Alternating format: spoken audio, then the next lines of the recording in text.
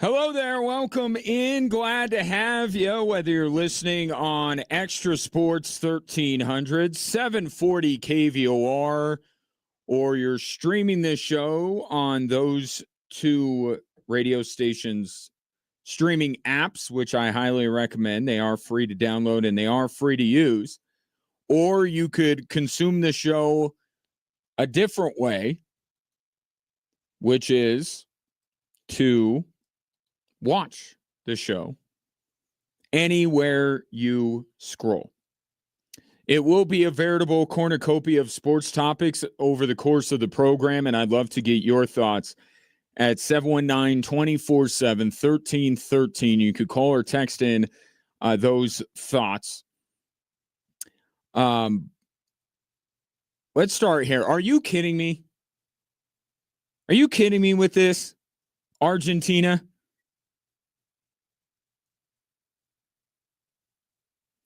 Argentina trailing 1-0 to England. England playing, I think, the better game. I think they were the better team. They go up 1-0. The hand of God is matched by the foot of Gordon. England sitting in a good spot. And then I got text from my former boss, and he's like, Messi time, ?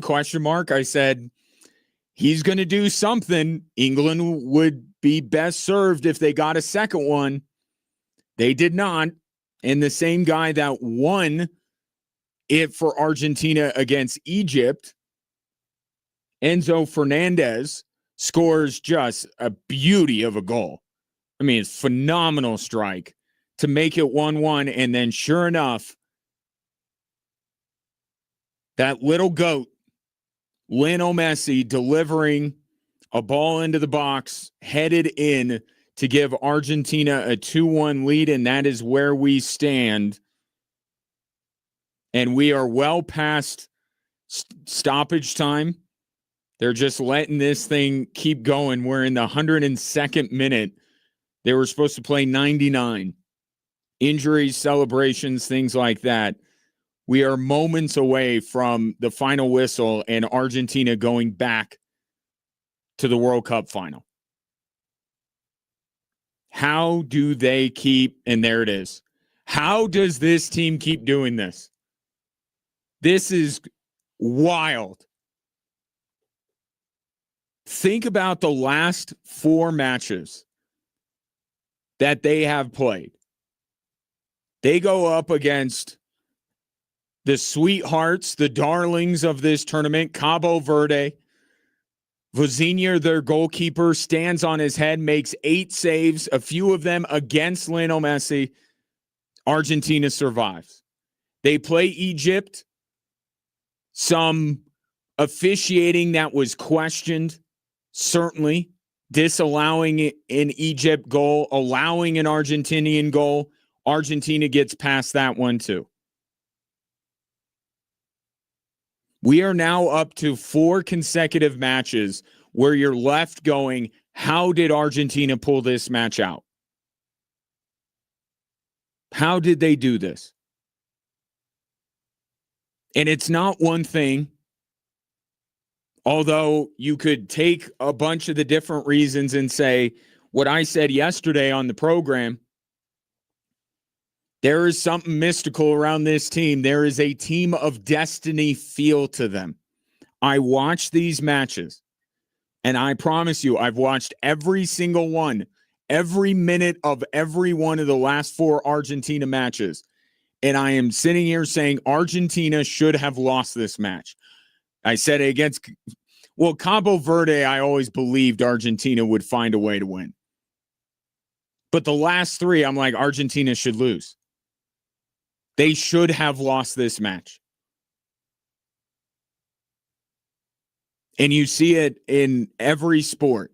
There's a team that you look at and you can't quite put your finger on exactly what it is.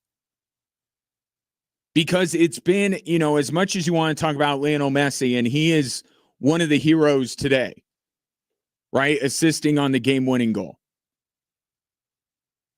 but it was Enzo Fernandez against Egypt. It hasn't been just Messi the whole time. Right? Different heroes have emerged for this Argentinian team. And when that happens, you just go, it's their year. It goes counter to everything I'm watching. I analyze it, and I'll say the same thing about today's match. England was the better team through the vast majority of this match. In the hockey world, there's this, I think it's Money Puck, does this deserve to win-o-meter? And it's based on a lot of analytics, but it's exactly what it says it is. Who deserves to win this game more? If that thing existed in the World Cup, Argentina's deserve to win-o-meter would be way down. I think they have been outplayed the vast majority of the time in their last 4 matches, and yet win.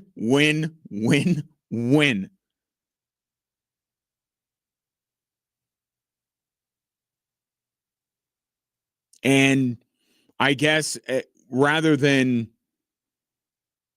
saying it's their year, I guess the best thing is to say about Argentina is they're a champion.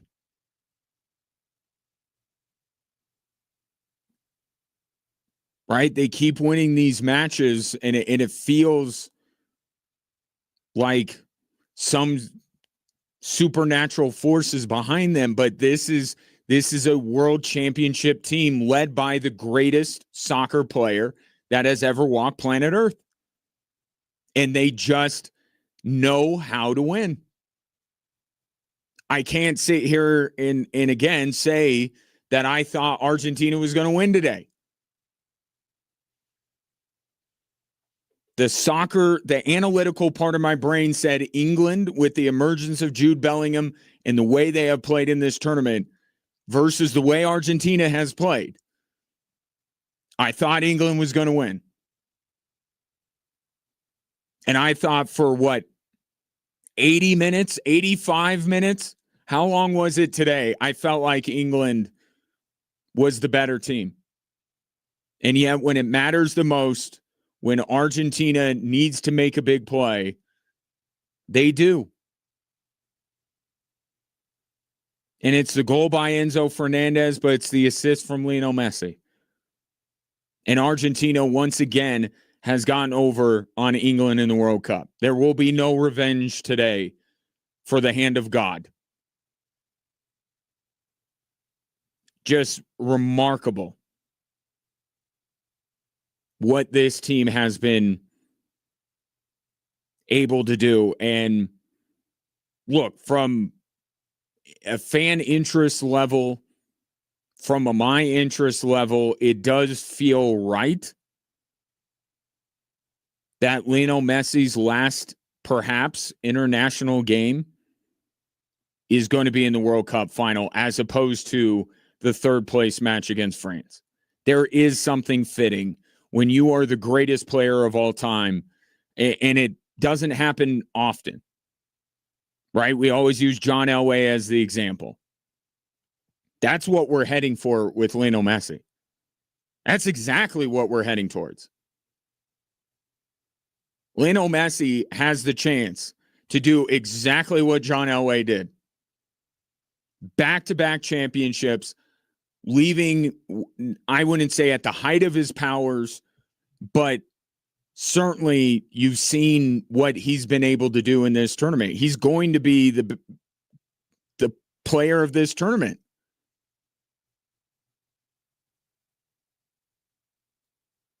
I mean, Lionel Messi, if Argentina does it one more time against Spain,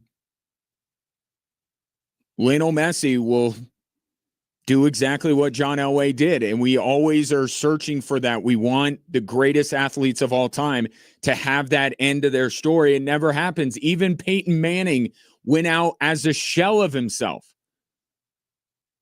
piggybacking on the strength of one of the best defenses that we've seen in the last 30 years of the NFL. To combine going out on top with a win on your sport's biggest stage and being a huge contributing factor to why you win, that has eluded 99.9% of athletes. John Elway did it, and gosh, I can I really go Argentina? Because I feel like I might. Goalie, where are you today, by the way? I want to hear from you. Take your victory lap, my friend. I can't pick Argentina. I can't change now. I can't change now. I have to go with Spain on Sunday. But I am absolutely terrified. Because I think we've just passed an inflection point where, like, it doesn't matter. Nothing matters. You have, Kylian Mbappe, it doesn't matter. You're leading for 85 minutes, doesn't matter. You're the better team for the vast majority. It doesn't matter. Argentina. Doesn't matter. And I could sit here and I could say the way that Spain elevated their game yesterday against France, completely shut down Kylian Mbappe. I can sit here and say I think they can do that against Argentina, but I cannot say it with any level of confidence because I just keep watching Argentina hugging each other after the match, victorious. I guess I'll stick with Spain. I'll go down with the ship. But man, this Argentina team, they are something. And I'm watching right now Jude Bellingham just standing looking at the crowd.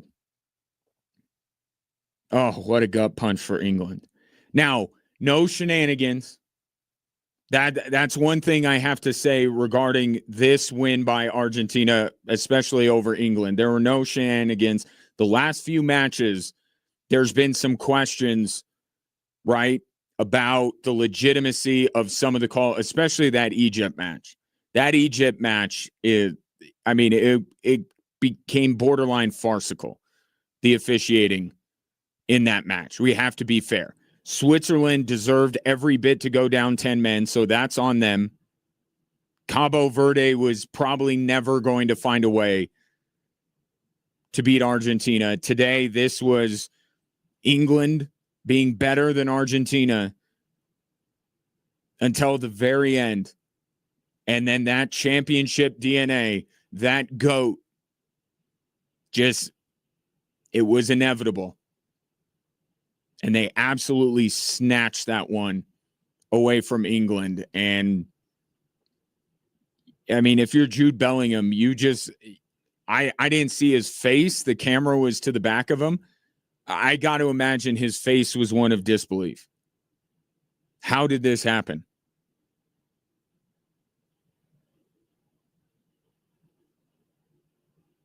Remarkable. And it will be Argentina and Spain coming up on Sunday from New York, New Jersey Stadium. Don't want to run afoul of FIFA. And I'm seeing the header. The header was great too from Argentina, but my Messi, man. This team. I don't know if I want this team to win. I don't know if I wanted this team to win any match they played in this tournament, but I can only just sit here and absolutely marvel at what they have done through the last 4 matches of this tournament and how they don't panic. You could say that. They absolutely do not panic. The other team's playing the game of their life. They're down on the scoreboard. It's calm. And they just go about their business. And somewhere in that calm is the just complete and absolute belief based on what you have been and what you are as a soccer club that you're going to find a way through.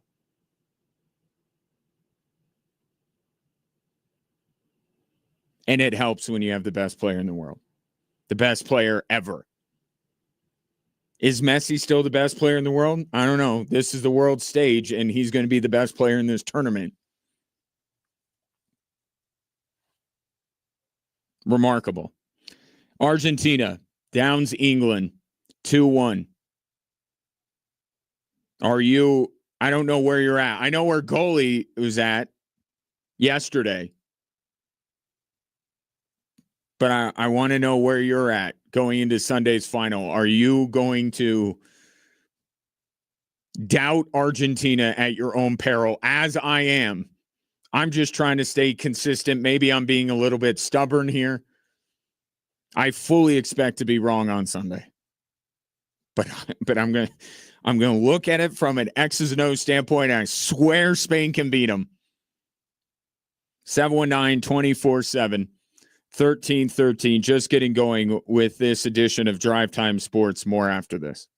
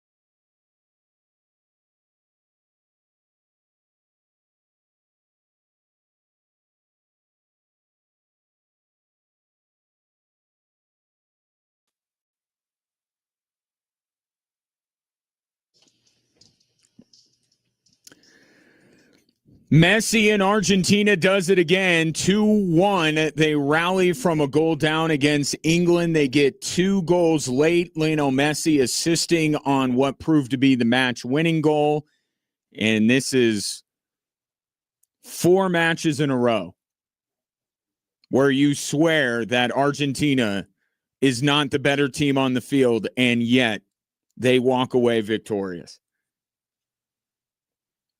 This coming in on Instagram at Very Woke Indeed. I love this comparison for a few different reasons, but I think it's really on point. Says the match today between England and Argentina felt like Bills Chiefs, with Argentina or Messi specifically being Patrick Mahomes. The inevitability of it all. You watch the game and you say, underdog or whatever, the other team is going to win, but yet anytime Messi has it on his foot, Mahomes has it in his hand, you go, crap. And I said, I was texting with my former boss, and he's like, Messi time? I'm like, he's going to do something. Right? I wasn't calling that he would assist on the match-winning goal, but I knew Lionel Messi was going to have something to say about this match and who won. Would it be enough? Would England be able to answer back? That I didn't know, but I knew Messi was going to do something. It's very much the same as Patrick Mahomes this past year, notwithstanding. More on that because Patrick Mahomes spoke about his stats for week 1. I want to play you that audio. Interesting comments from Patrick Mahomes, certainly. But I think it's spot on. I think that's a great comparison. Because you can't say that every game that Mahomes won, that most of the game the Chiefs deserve to win.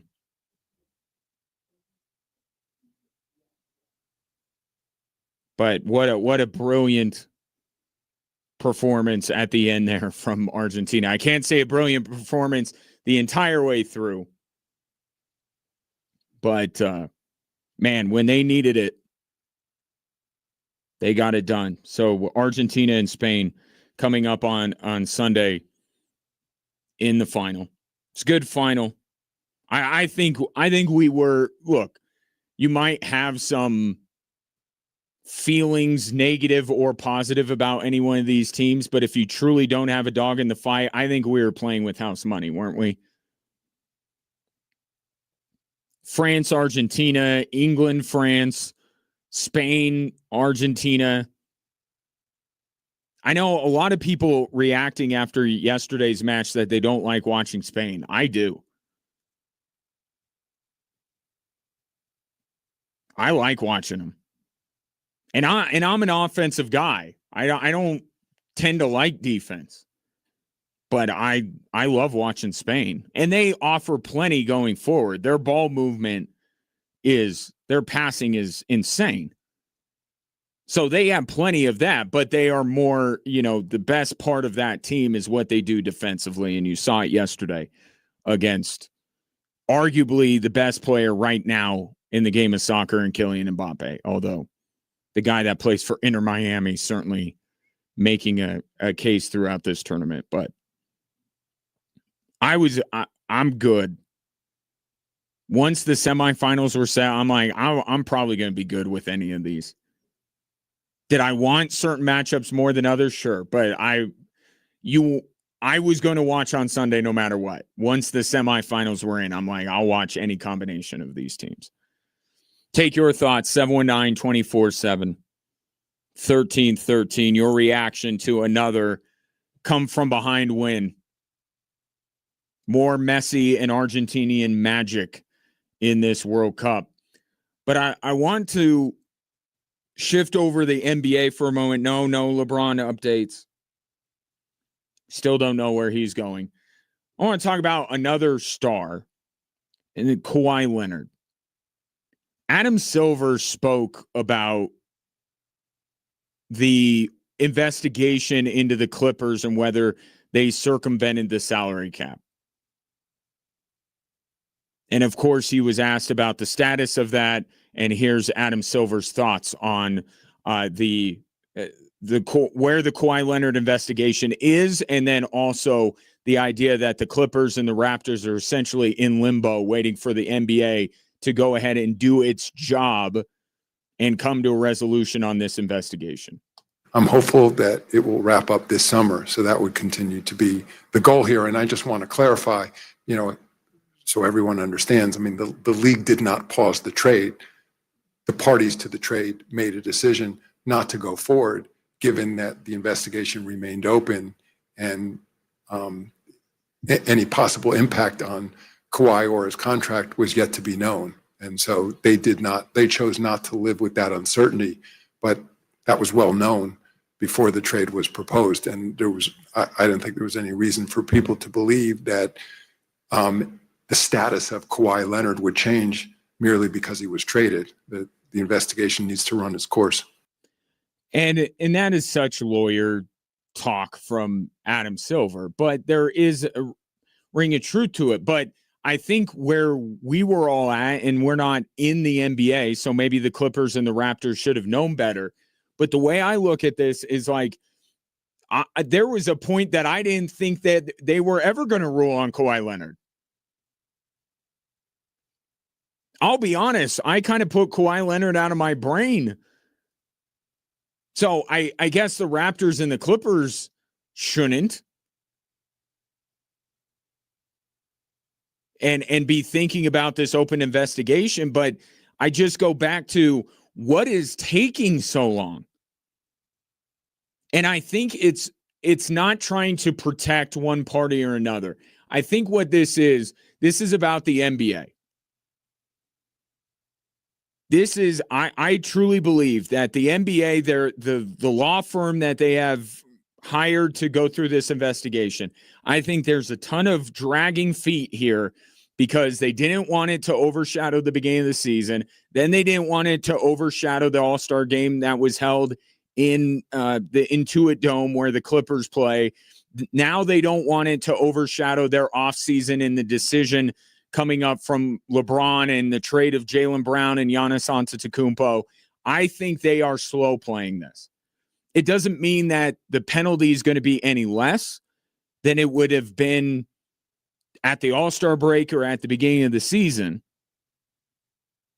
But the timing of all of this just feels very intentional. Let's get out into an open space where this isn't affecting the positive conversations about our league. We'll bury this in September when everyone's focused on the NFL. And I hate that, by the way. I hate that. Just do the investigation, figure out what happened, and levy your penalties. But another thing on this cap circumvention, like, this is a very important decision for the NBA.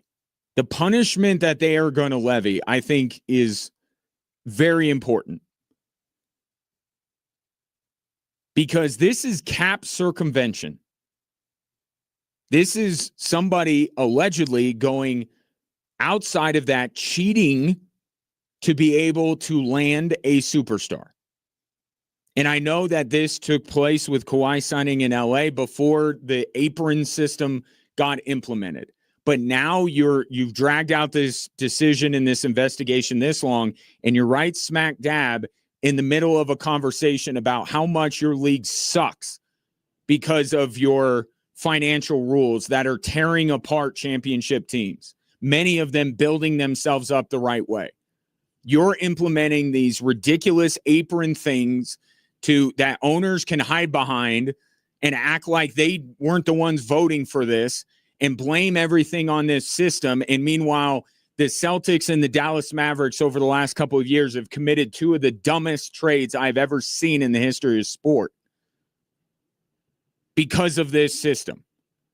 So clearly you are going to great lengths to make sure that everybody is playing by the same set of rules, that there's an equal playing field for everybody, and yet you're slow playing the investigation of a team that is cheating and cheating these rules, cheating the rules that were in place before.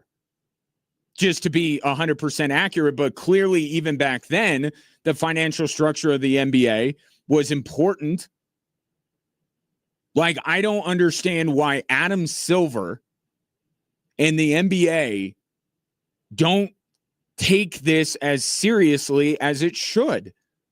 This should be at the top of their list. Listen to Adam Silver.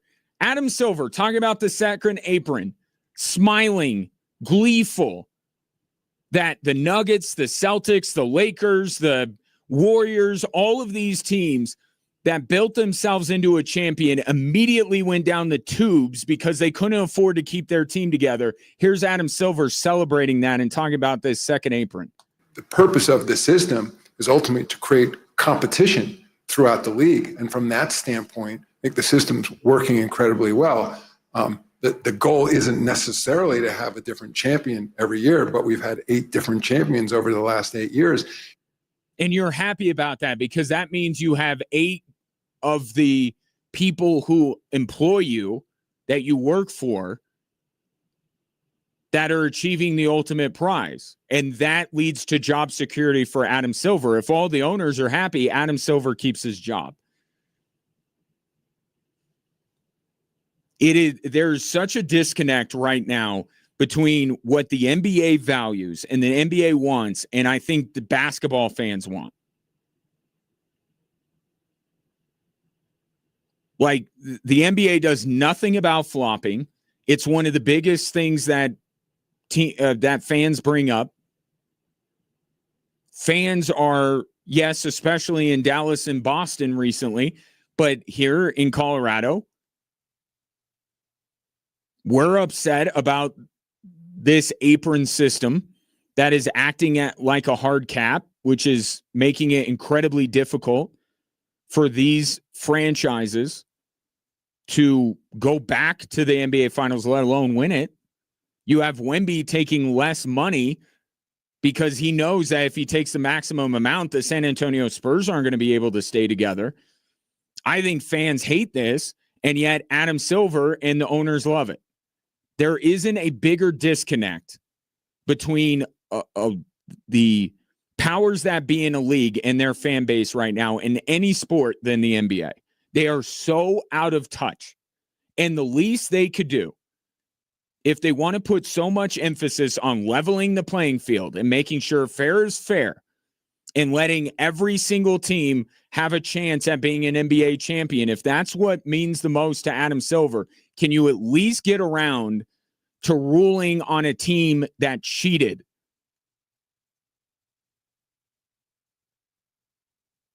That would be nice. That would show a little consistency. You want to make sure everybody is on equal footing. Steve Ballmer allegedly went around your rules and got a company to give Kawhi Leonard a no-show endorsement deal so you could sign him.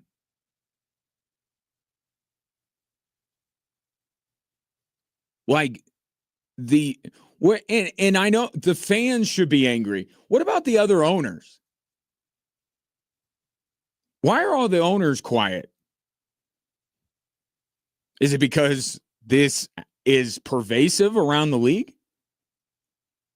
Or they just don't want to out one of their own? They won't want to point at Steve Ballmer, who is the richest of them all,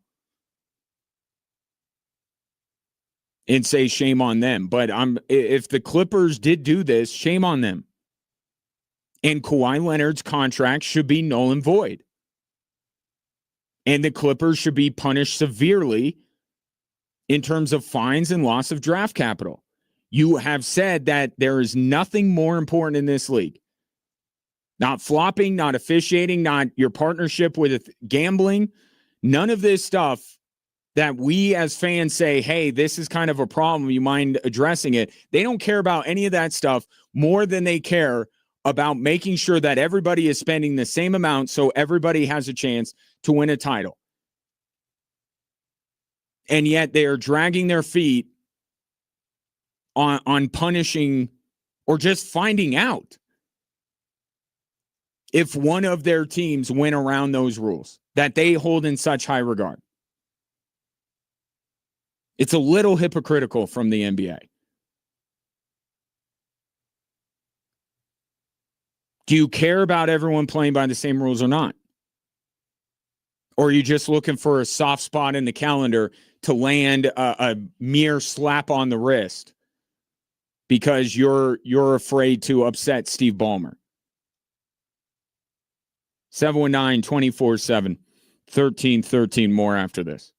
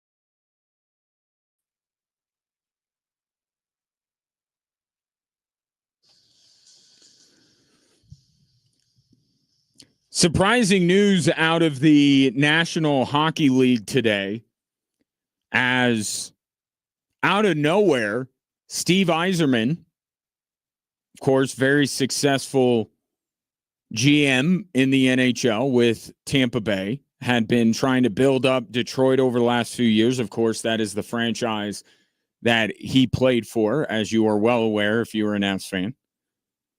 Just was like, I'm done. Stepped down as general manager and is now in an advisory role to the owner. Quite shocking at this point. But this has to be Dylan Larkin related, right? I mean, it's way too late for this to be a reaction to how Detroit's season ended. This has to be based on Dylan Larkin wanting out of Detroit so soon after he signed an extension. And this is player empowerment. We are entering the player empowerment era in the National Hockey League. And what we have seen this offseason, especially from the American players, is either I'm going to get dealt to go play with one of my buddies from Team USA, or I'm going to terraform the team that I play for now to be much more to my liking. And I'm not saying that Dylan Larkin went to the Illiches and went, it's either him or me. I mean, he could have. That's not what I'm theorizing. But I think look, he wanted out because Steve Yzerman is not doing well at his job. Right? Steve Yzerman is not building the Detroit Red Wings into a winner. Meanwhile, but the Buffalo Sabres made the playoffs for the first time in forever. The Philadelphia Flyers were in the playoffs. Montreal has played in the Stanley Cup, torn everything down, and built it back up quicker than it's taken Detroit to get back into the postseason. Dylan Larkin is looking around, plus the Team USA experience, and they're all talking, and Matthew Tkachuk is going on and on about how awesome it is to play for the Florida Panthers and to be on the cusp of becoming a dynasty. And they're discussing how fun it would be to play with one another. And Dylan Larkin's like, crap, I got to go back to the Detroit Red Wings where we haven't made the playoffs in forever. And there's no glimmer of hope for us to be competitive in the near future. What has Detroit done this offseason to make the team better? So that's what fueled Dylan Larkin's frustration. And the guy responsible for building that team is Steve Yzerman. Now, the optics, it's so much more in Dylan Larkin's case than it is a Zach Werenski or Brady Tkachuk or a Connor Hellebuck, right? Because, yes, they're all Team USA guys.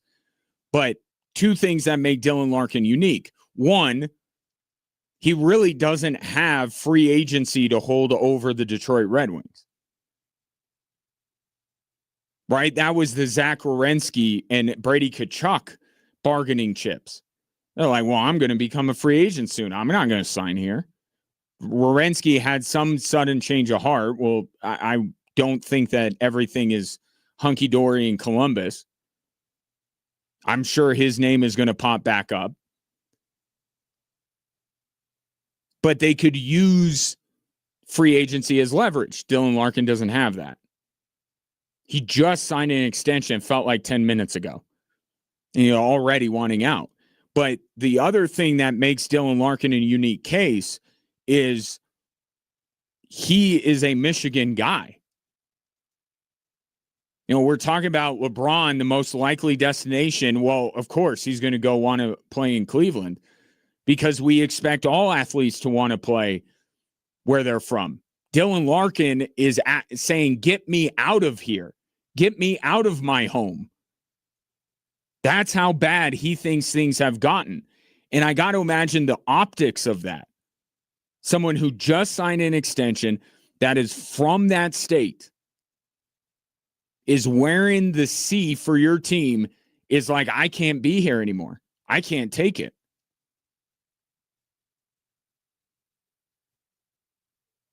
And I got to imagine, not that I tune into Detroit Sports Talk Radio every single day, but I got to imagine this is pretty much what they've been talking about since the season ended.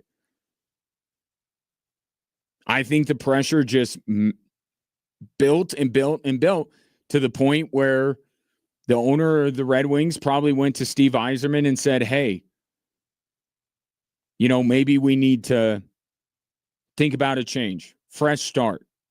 We'll keep you on. You'll be in an advisory role. You'll be well compensated. This will pacify Dylan Larkin. I'm sure it will.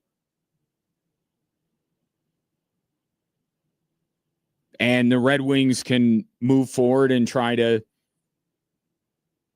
figure out a way to be a playoff team again. But here's the pickle they find themselves in. The offseason essentially in the NHL is over. Who are you going to get? I mean, this is one of those who you're going to get that's better. And the Yzer plan has not gone well in Detroit. I think any observer can say, despite having some pretty talented players like Mo Seider, like Dylan Larkin, they just have not been able to capitalize. Yzerman has not recreated the success in Detroit that he had in Tampa, and he has taken way too long to do it. So maybe there was reason to part ways with Yzerman before this, before Dylan Larkin's demands. But it's tough when you're dealing with somebody that's on the Mount Rushmore of your franchise's history. But now you've gone and done it. For all the faults that Yzerman had, who are you going to bring in the middle of July? Chris McFarland left, went to Nashville. Toronto got their guy, although I don't know why anybody would be interested in who Toronto has as their general manager now, given that he was a part of that abomination in Arizona. But like, who are you going to bring in? And what business is there to get done? Like, what can the Red Wings do? Bring back Patrick Kane? And there are not a lot of names out there. There's not a lot available. And a lot of the Team USA guys, save for Connor Hellebuck, are at least settled for now where they are.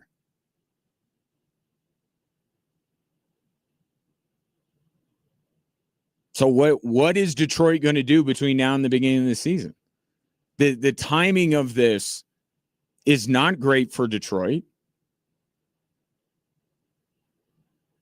I kind of think that it all became too much. And there's probably behind the scenes stuff. We hear Dylan Larkin and his trade demand and where he wants to go, but that's the tip of the iceberg. We don't know what Dylan Larkin is. That's what he's willing, or his representation is willing to share with the whole wide world. I'm sure there's more sensitive information that Dylan Larkin and his representatives have not leaked out that has probably compounded things behind the scenes. So does this mean that if Yzerman didn't step down or mutually parting, however they're phrasing it in Detroit, that if you didn't do this, that Dylan Larkin was going to sit out games? Were you going to be forced to trade this guy? Like, I understand that it's probably getting to a point where it's Yzerman or Larkin, but does it have to be on July 15th? Why wasn't it right when he asked for a trade? Or why not say, hey, we'll look? And I thought Detroit was kind of saying, like, we're going to put out feelers. I understand, or I think I know the reasons behind this, but it doesn't lead me to figuring out why they're doing it right now, unless it's more Dylan Larkin stuff and it was just more and more that was building behind the scenes. It's not great timing. And I don't know that, I guess that's got to be good enough for Dylan Larkin. Or maybe the new GM comes in. I don't know that you let go of Steve Yzerman if your full intention is not to keep Dylan Larkin, though. That would be a little bizarre. You're clearing out Steve Yzerman to bring in a GM who's willing to trade Dylan Larkin. I feel like this is a move to try and keep him. But we'll see. Steve Yzerman out as the general manager of the Detroit Red Wings. More Drive Time Sports after this.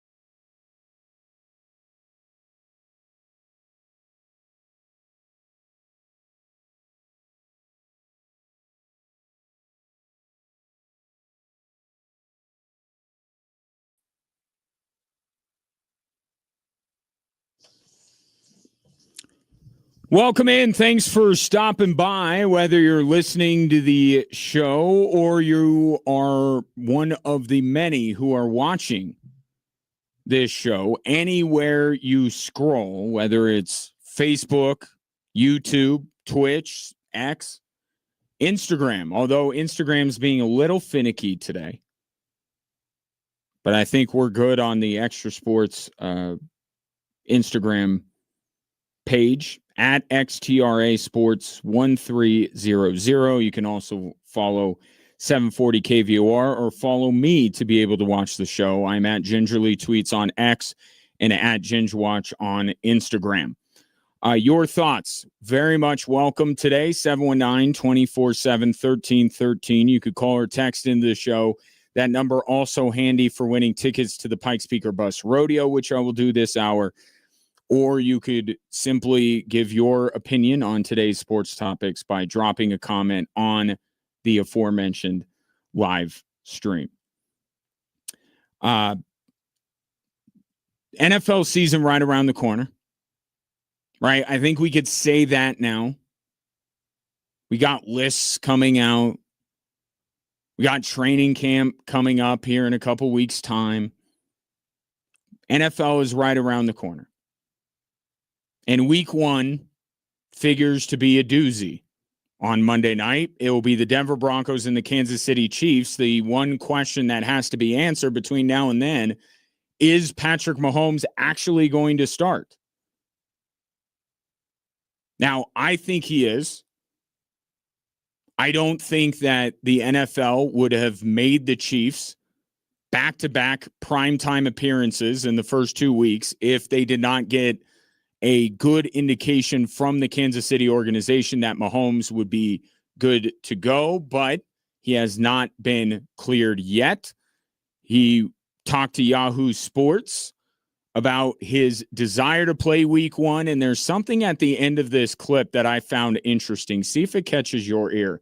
Here's Patrick Mahomes talking to Yahoo Sports. I can't predict the future, and I know that it's a long process. It's not just my decision, but at the same time, I'm going to give the doctors and the coaches every single opportunity they can to let me be out there week 1, and I don't want to miss that game because that's the team that won the division while we were gone. That's the team that won the division while we were gone. When I heard that, I went, that doesn't make sense. So I went back and looked. The Denver Broncos won the AFC West before Patrick Mahomes got hurt and missed the final couple of games of the season.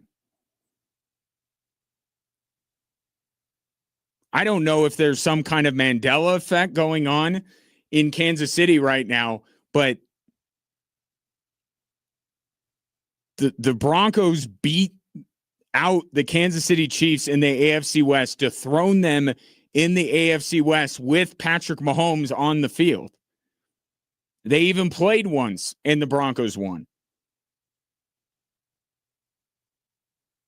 So what is this while we were gone? You weren't gone. You played. You played till the division was decided.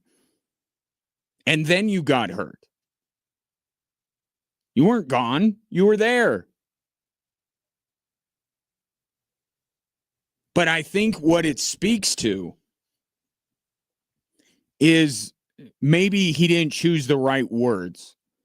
I think if Mahomes were to get a do-over and would be able to restate his sentiments, it would be Denver's the team that beat us when we weren't at our best. I think that's what Mahomes is getting at. They weren't to the level that they are accustomed to being, that the Broncos beat a lesser version of the Kansas City Chiefs. And I'm talking about the division. I'm not, and I guess the game that they had played certainly would qualify as that. But I'm talking big picture in the division. I think there's a feeling around Kansas City that last year was Fugazi It was just everything that could go wrong did go wrong, ultimately with even going so far as Mahomes' backup being lost for the season. All these things went wrong, and the Chiefs just never got a chance to extend their AFC West title streak. I think that's what Mahomes means. And I got to tell you, I do believe that Kansas City is going to bounce back this year. But I look at last year as a legitimate result. Like, it is an outlier season for the Kansas City Chiefs to finish with as few wins as they did, right?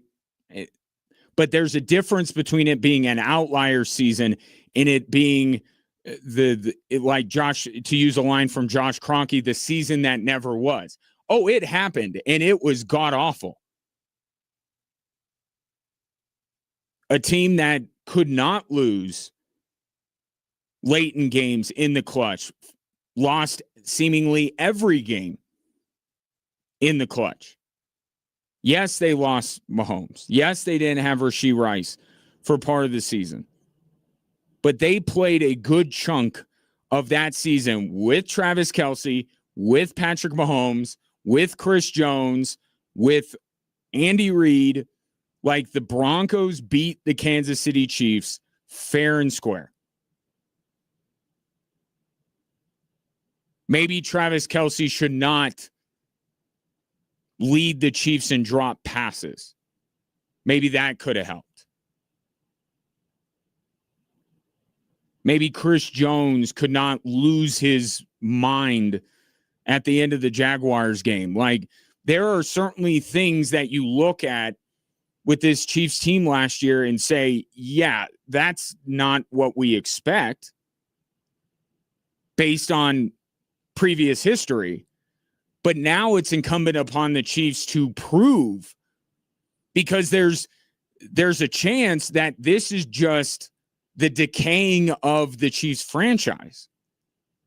That Mahomes is just not going to be surrounded with the talent that he needs to win. That Travis Kelce is washed. That Chris Jones has the yips. Like, there's a chance that everything we saw last year is real, and that's what the Chiefs are going to be. That their dynasty is coming to an end, has ended. Right now, you say, well, that's not like Kansas City. Well, that's what this year is for, to prove that last year was fugazi, that it was they were while they were away or while they were out. That's what they could prove this year. The Broncos legitimately beat the Kansas City Chiefs to win that division. But both of these teams have a lot to prove this upcoming season, and it does start week 1 if Mahomes is on the field at Arrowhead. And I said this after the Broncos season came to an end. I'm just trying to help you out. The Kansas City, what the Broncos did last year in terms of how they won their games, the Kansas City Chiefs did it about as well as Denver did the year prior. Okay? Last year, the Kansas City Chiefs could not, to save their lives, win a close game. Okay? Last year happened. Both teams had their full complement of players enough to render it a legitimate NFL season. The Denver Broncos beat the Kansas City Chiefs in the division fair and square. But they did it in the exact same way that Kansas City won it 2 years ago, and then Kansas City fell apart last year.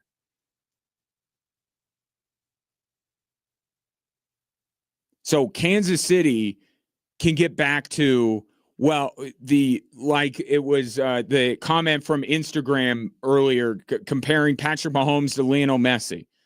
Like, this idea that they're inevitable. that as long as they have the ball late in a game, you're going to lose. That's been Patrick Mahomes for his entire career. So I absolutely believe that Kansas City is going to be better in close games this year than they were last. There is no way on earth that the Denver Broncos win as many one-score games as they did last year. There's no way. They have to legitimize what they did last year to back it up, to say, this is us. This is who we really are. And I'm not talking about necessarily winning in the clutch, because, again, the Broncos would be wise to stay out of as many one-score games as they can. And they can look at the Kansas City Chiefs for a reason for that. But I'm saying winning the division, beating Kansas City straight up again. They have to legitimize what they were last year. The Kansas City Chiefs this year need to delegitimize what they were last year. To say last year, anomaly, fluke, fugazi. We're still every bit the big bad Chiefs.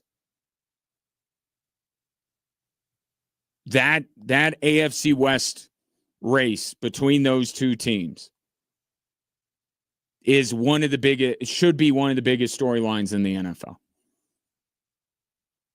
And I think it is. I think the NFL feels it is, because that's why they're making it their Monday night opener. Because this division is going to be great. The Kansas City Chiefs are going to bounce back, but they were dethroned last year by the Denver Broncos. Mahomes is going to play. Barring a setback, Mahomes is going to be on the field. And that'll be the first step to finding out. Were the 2025 versions of the Broncos and the Chiefs what they really are?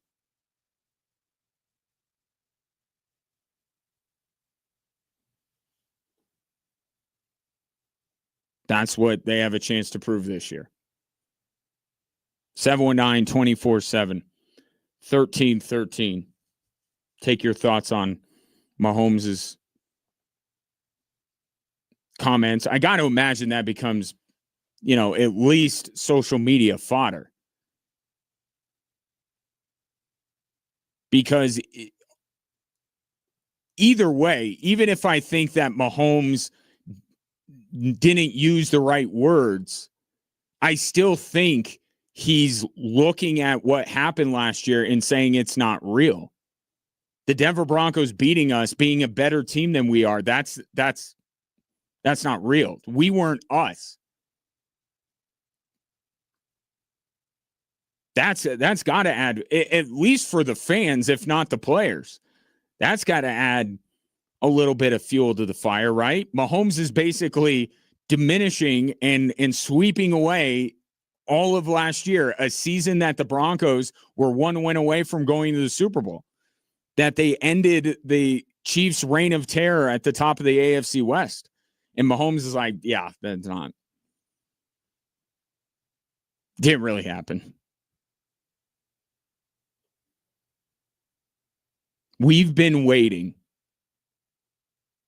We've been waiting for this rivalry to be back in a real way. And you have to be honest. If you're a Broncos fan, you can say this now because your team has arrived. You went to the AFC Championship last year. You are much more confident in what your team is. You have to admit that this has not been a rivalry lately. The Chiefs are winning the division. They're going to Super Bowls. They're winning Super Bowls. And the Denver Broncos are going through coaches and quarterbacks like tissue paper. Yeah, once or twice, the Broncos almost beat Kansas City. This hasn't been a real rivalry. What the Broncos did last year renewed this rivalry, because now you go into the season and say this is a battle. I don't even know how many people were on board with the Denver Broncos last year being a threat to Kansas City. I think there was a little bit of that. Now it's like you have no choice but to acknowledge that the Broncos, you look at them on paper, they should have every opportunity to win the AFC West again. And the Kansas City Chiefs have all of their main ingredients together and back and healthy and all of that kind of stuff. This should be a battle at the top of the AFC West. And this Chiefs-Broncos rivalry, it's funny. You know, for most of my life, this has really not been a rivalry. I think I'm at the point now where it really hasn't been. Because growing up, it was John Elway. And John Elway, he was going to Super Bowls. He was going through Kansas City. I guess you could say Kansas City had good teams at the same time Denver did when Denver was going to the Super Bowl, but Denver went through Kansas City to get there. There was that little moment right there. And then it was Peyton Manning. And then it completely shifted the other way. The Denver Broncos fell off a cliff. Kansas City rose with Patrick Mahomes and dominated the series between the two teams. There hasn't actually been that much time in the last couple of decades where in one season we can sit here and say Kansas City and Denver are on equal footing and can battle things out in the AFC West. But I'm looking forward to it. Will Mahomes be available for week 1, and will the Denver Broncos legitimize what they did last year and once again beat out Kansas City at the top of the AFC West? I'll take your thoughts on that. 719-247-1313. Coming up next, one guy that the Denver Broncos brought in to try and ensure that they legitimize what they did last year is Jalen Waddle. But are the Broncos not actually getting the difference maker they thought they were? That's next on Extra Sports 1300 and 740 KVOR.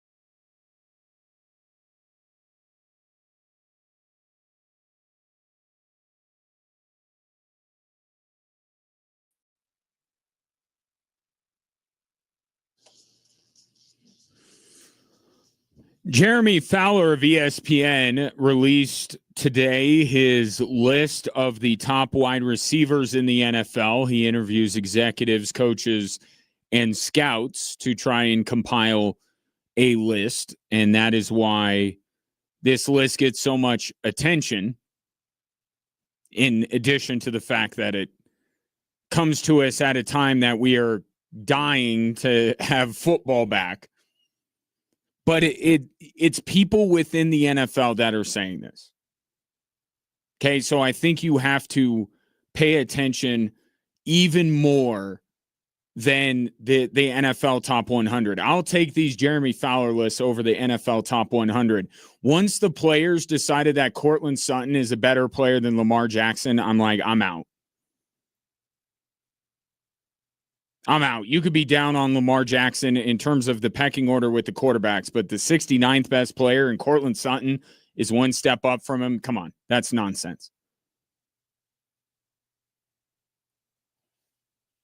But this list, I do put because it's these guys' livelihood.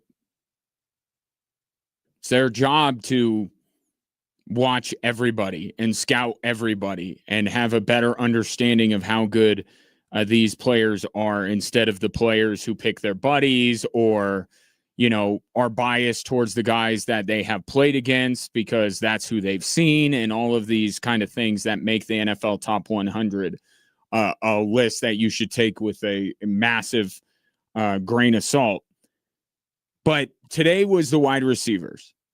And you go down the list and you say, okay, Jamar Chase, Justin Jefferson, Puka Nacua. That's not the order. Let me make sure I get the order right, just to be fair, because I think there's Seahawk fans that would be like, wait a minute, where's JSN? Don't worry, JSN's up there. The list is Jamar Chase 1, Justin Jefferson 2, Jackson Smith and Jigba 3, Puka 4, Amon-Ra St. Brown 5, then CeeDee Lamb, George Pickens, those are 2 Cowboys, Nico Collins, A.J. Brown, and Devontae Adams. That's their top 10.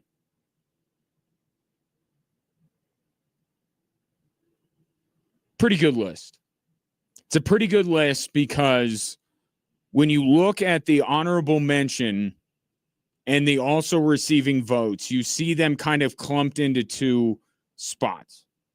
It's either players that at one time were always on this list, Mike Evans, Tyreek Hill, that you question whether they're still at that level, or it's guys that you really like the talent of but haven't really proven enough to crack that list, like Drake London or Malik Neighbors.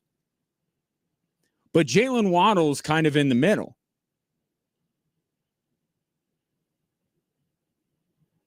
Right? Jalen Waddle is not too young to be on this list. And he's not too old to be on this list. But yet Jalen Waddle is not even in the honorable mention if we continue to count down, which Jeremy Fowler says you're right to do. Neighbors 11, Evans 12, Flowers 13, Hill 14, Drake London 15, Jamison Williams is up next. 1, 2, 3, 4, 5, 6. Then it's Alex Pierce, T. Higgins, DK Metcalf, Terry McLaurin, Garrett Williams, Devonta Smith, Ladd McConkey, Brian Thomas Jr., then Jalen Waddle. So Jalen Waddle on the list of best wide receivers is even further down than Bo Nix was on the quarterbacks. So the question has to be asked, well, are the Broncos actually getting a difference-making number 1 wide receiver? Or is Jalen Waddle not maybe as good as Broncos fans thought? Here's the good news. I do still think Jalen Waddle is the number 1 wide receiver. But also, Jalen Waddle was brought in not because he was the best wide receiver in terms of overall talent available. That's A.J. Brown. And that might be triggering to see A.J. Brown, a guy that the Broncos could have had, decided not to, and he goes to New England, the team that knocked the Broncos out of the playoffs. That could be a little triggering, I understand. A.J. Brown has always been more talented and a better wide receiver than Jalen Waddle. The reason why Jalen Waddle is a Denver Bronco and not A.J. Brown is because in Sean Payton fashion, they weren't looking for the absolute best that they could get at that position. They look to find the intersection of talent and fit. Right? And going into the fit is who they are as a teammate and a professional, which you could certainly call into question A.J. Brown's professionalism and how good of a teammate he is. But it's also fit is a skill set. Right? And Jalen Waddle has a skill set that the Broncos desperately needed. Breakaway, downfield speed, and also the ability to turn to get that yak, right? Yards after catch. The way that he can catch a ball close to the line of scrimmage, turn up field, and make it a huge play is why they wanted him. They didn't want just another guy that could go downfield and Bo Nix huck it up to. That's Courtland Sutton. Right? A.J. Brown, in many ways, would just be a better version of Courtland Sutton. But with Jalen Waddle, his versatility, the ability to put him outside, to line him up inside, to have him run short routes, deep routes, intermediate routes, that made him a better fit for the Denver Broncos. And as I said when the trade was consummated, acts like the Aaron Gordon trade for the Denver Nuggets. These things that you look at and you're like, the Broncos are missing this, this, and this. Well, Jalen Waddle checks those boxes. It's the same with Aaron Gordon when he was acquired by the Denver Nuggets. They needed the skill sets that Aaron Gordon possessed.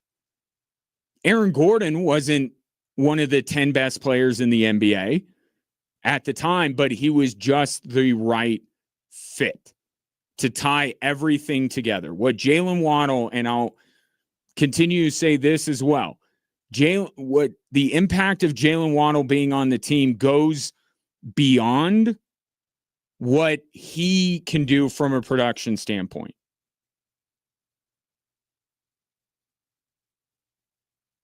Right? I certainly think that Bo Nix is going to love throwing to Jalen Waddle, and the two of them are going to be a good fit, and Jalen Waddle is going to get a lot of passes.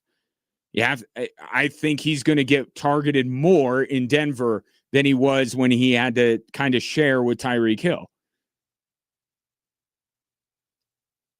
But right alongside that, or just as important, is now Courtland Sutton is not the number one receiver that teams are game planning for. And now Marvin Mims can be even more of a X factor secret weapon. It's not so secret anymore, but they can kind of put him out onto the field in those key moments. And then it allows them to, only have to choose between one of these young guys, right? Troy Franklin or Pat Bryant, not both. You don't need both. Both of them aren't going to be good enough for you to rely upon as you're trying to win a Super Bowl. But you only one of them's got to hit, because Mims has hit, Sutton's hit, and now you're getting Jalen Waddle.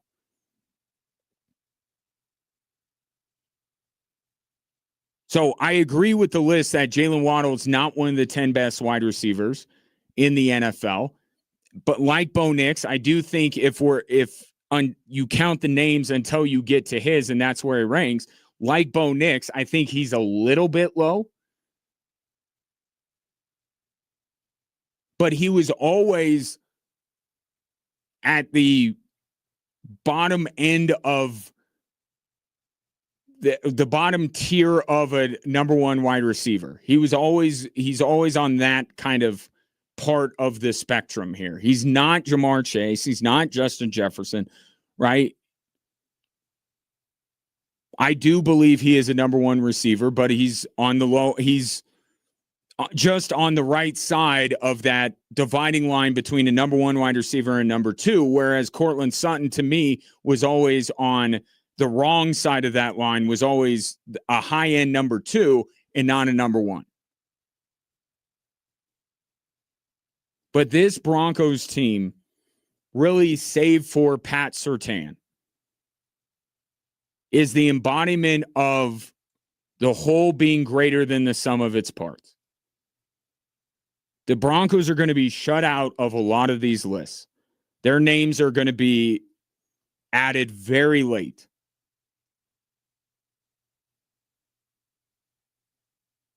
But you add all of these guys up. Broncos have one of the top 15 quarterbacks. They have one of the top 15 wide receivers. They have one of the top 15 tackles. They have, I think Nick Bonito is certainly going to be probably in the top 10 of pass rushers. So you got him, you got Surtain. But this team has always been about the whole being greater than the sum of its parts. You may not take Bo Nix over Mahomes or Bo Nix over Justin Herbert, but would you take the entire Broncos team with Bo Nix over the entire Chiefs team with Patrick Mahomes or the entire Chargers team with Justin Herbert? That's what it's always been with George Payton and Sean Payton, or at least when the two of them are together. George Payton tried to go the route of, Russell Wilson, but now it's about, we're not chasing the number one guy at each position, but we're chasing the right fit while still getting an extremely talented player, and we will add him to a bunch of guys that maybe aren't the best at what they do, but are a great fit for what the Broncos want, and they're very talented.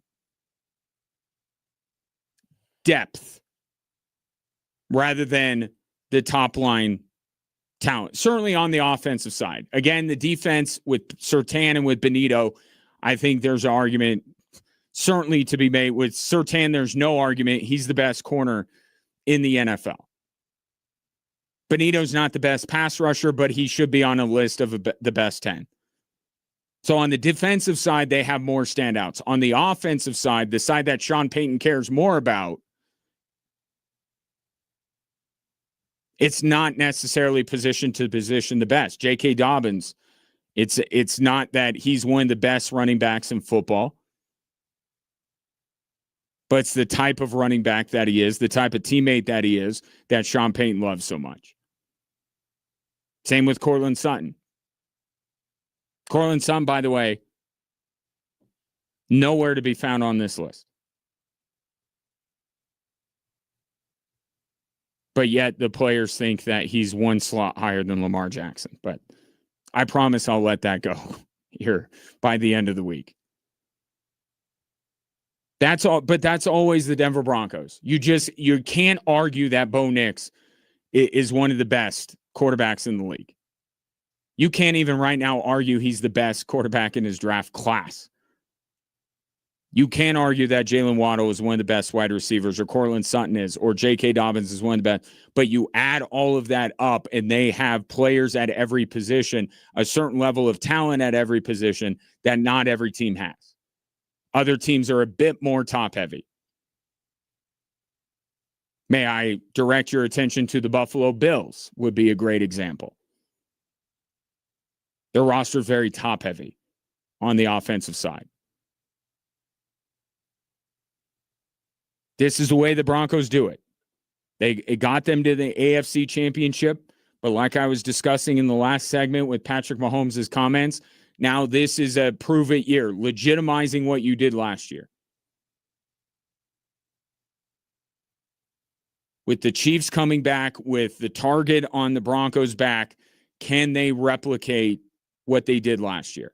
And can they legitimize the way Sean Payton is going about this, which is maybe not the best that he could get at every position, but good enough at every position that you bundle them all together, and it's a pretty good group of players.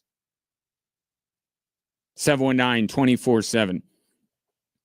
13-13 will have not only more Drive Time Sports, But during More Drive Time Sports, your chance to win tickets to the Pikes Peak or Bus Rodeo.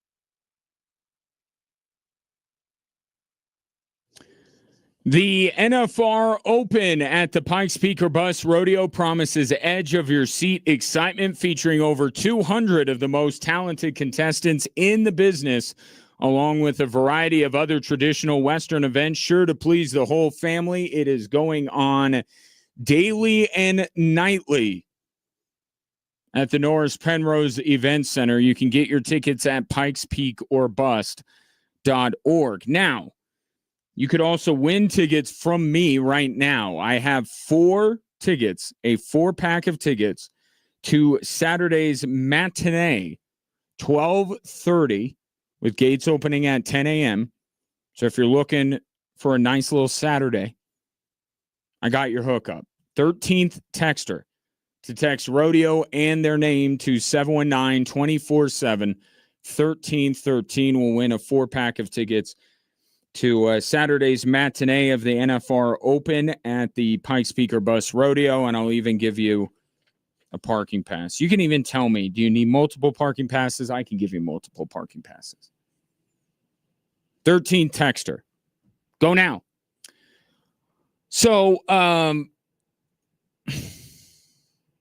little tidbit right now is people are questioning yet again the leadership of the WNBA and whether they are squandering a golden opportunity with Caitlin Clark's stardom to carve out some higher niche in our sports landscape.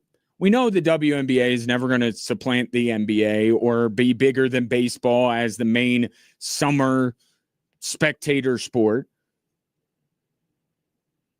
But who's to say that with basketball being overall a more popular sport, I think, in this country, why can't the WNBA get closer to Major League Baseball? Why can't they leave MLS in the dust? Like, we don't know what the WNBA can be until a star like Caitlin Clark came along, and now we're wondering if they're even going to be able to do that with Caitlin Clark. Exhibit A. No, by now we're on Exhibit X, but the latest, a report from the Sports Business Journal saying that the WNBA and Commissioner Kathy Engelberg had no intention of suspending Alyssa Thomas of the Phoenix Mercury. And if you remember, all she did was put her fist into the throat of Caitlin Clark. An unnatural basketball act, at least the game I grew up on. That's not normal. People don't do that. Reportedly, the WNBA wasn't going to suspend her. Only when Adam Silver came in and said, you probably should do this, did the WNBA come down with a penalty and a suspension for Alyssa Thomas. Which, if this is true,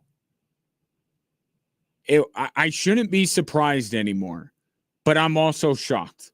I thought this was going to be a natural thing. When I watched that play happen, I was like, oh, she's definitely going to get in trouble with the league.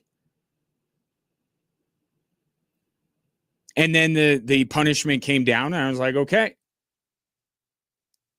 No problem on you, WNBA. Alyssa Thomas, what's your problem? But the WNBA, you're good.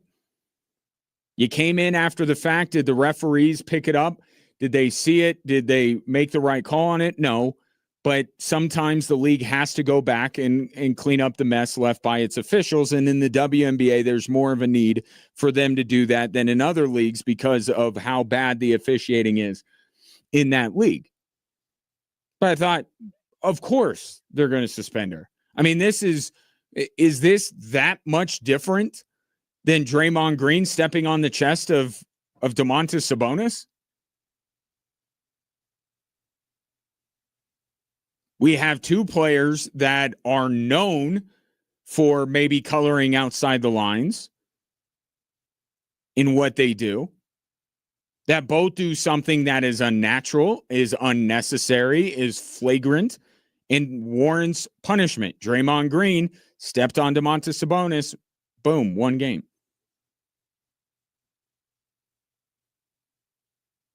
I thought it was very similar. So obviously the WNBA would suspend Alyssa Thomas, but apparently only at the behest of Adam Silver. You know, it'd really be great if Kathy Engelbert were to go like on a nationally syndicated radio show and just kind of explain things. But nobody gave her the opportunity, certainly not late last week in Lake Tahoe, and then she bailed. Yeah, I'll stick up for somebody on. I'll stick up for DP. He doesn't need me to, but that was gross. That was unprofessional. And now you have a story like this, and you just keep wondering, like, there is leadership that is right for a moment that you are in. And when that moment passes, when you are in a different moment, you have to evaluate whether you have the right leadership. And it just continues to be abundantly clear that the WNBA doesn't. Not that Kathy Engelbert, and this is the other thing with the players versus Caitlin Clark thing. Like, yes, we acknowledge that the WNBA existed before Caitlin Clark showed up. There were many terrific players. And a lot of what they did got the league to a certain point to where Caitlin Clark could take it to another level. So yes, we've always acknowledged that there are pioneers and there is a previous generation. That doesn't mean that they're as big a stars as the ones that come along now. It's the same with Kathy Engelbert. She did a lot of good work to get the WNBA to where it is, but it just seems like time and time again that she is in over her head when it comes to dealing with the superstardom of Caitlin Clark. And she is in the last year of her deal.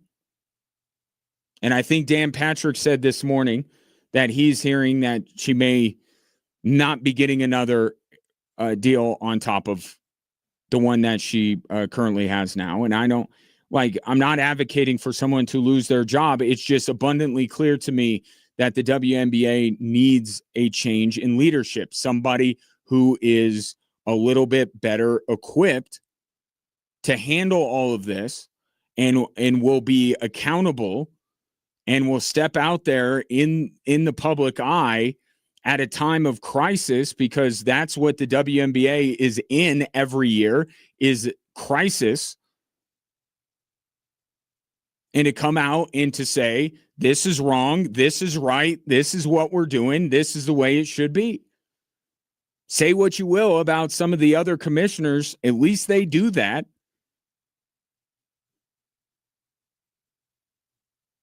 How could you think that somebody putting their fist into the throat of another player was not warranting suspension? That's crazy to me.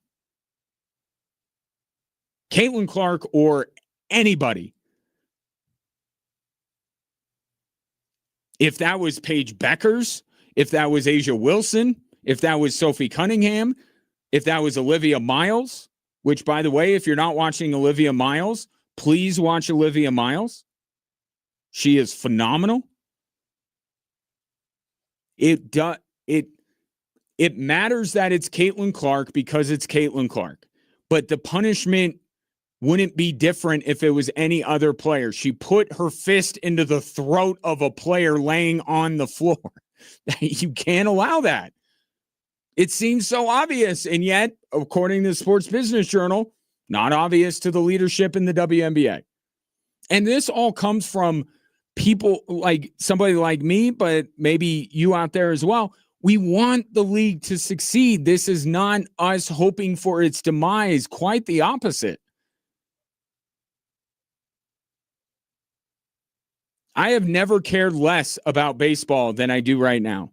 I always try to get back into it. I can't. But I very much want to watch sports, and the World Cup is in every summer. I would very much like something to tune into on a nightly basis during the summer, and the WNBA is that for me. Because I'm a fan of basketball. I'm a fan of women's basketball. There are so many good players, but they just continue to step on the rake. They are Sideshow Bob in the backyard of The Simpsons. And they deserve leadership that can handle all of this. And it's gotten so out of control. The Las Vegas Aces today had to put out a statement denouncing racism directed at Chelsea Gray, who played against Caitlin Clark on Sunday. And you may have seen the video where Chelsea Gray's kind of backing her down. She goes up for a shot, gets fouled, and one. And Caitlin Clark just like pauses for a moment and then drops to the floor. I mean, it was one of the worst flops I have ever seen. And Chelsea Gray gets insults hurled at her on social media. So it's out of control. I mean, it's like politics, because politics has entered into the WNBA. And with Caitlin Clark. In politics, what do you get? You get fringes on both sides that are absolute cuckoo for Cocoa Puffs. And the fact that a team has to stand up and say, you know what? We don't like that you're hurling racial epitaphs at one of our players. Like, it's the year 2026. What are we doing? But maybe if there was stronger leadership, maybe if it felt like the league was getting more under control, even some of these wackadoos would be a little bit quieter. 3 stories that are driving the show coming up next.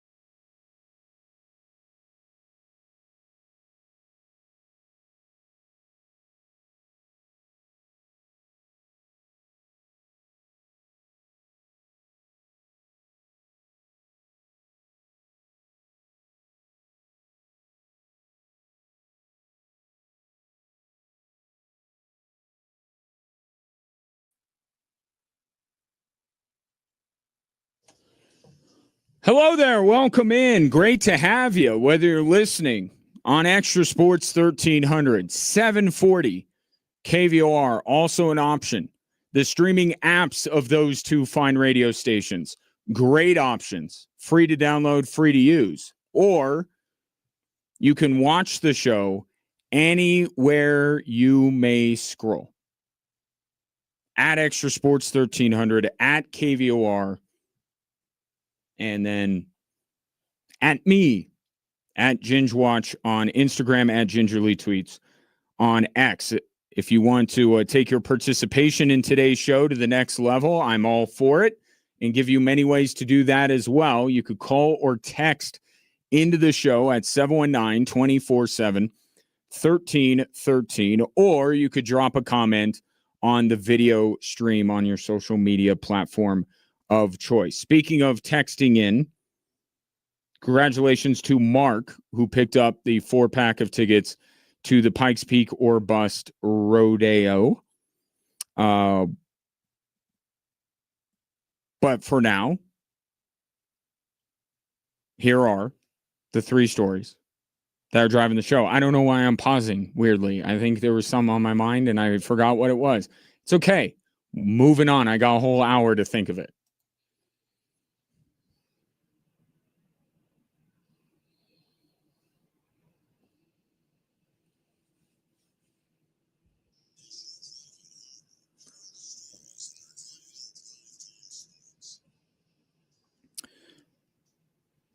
All right, let us begin with they did it again. The bleepity bleeps did it again. Take a listen.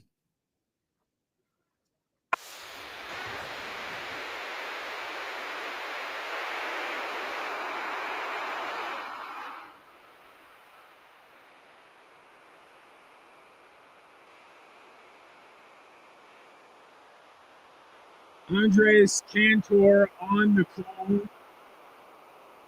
A little bit of a conflict of interest, given that he's Argentinian, but man, did his home country's football team give him something to cheer about. Argentina did it again. Down 1-0 in a match where every objective would say that England was their team. It was winning time. And Lionel Messi and Argentina said, this is awesome. They equalized with a tying goal by Enzo Fernandez. He was the hero against Egypt, if you recall. And then it was on that Lionel Messi tracking down a missed shot and delivering a perfect ball into the box to be headed in by Lautaro Martinez in the 92nd minute to send Argentina through to the World Cup final. This team just it's the meme of how do they keep getting away with it. They have been outplayed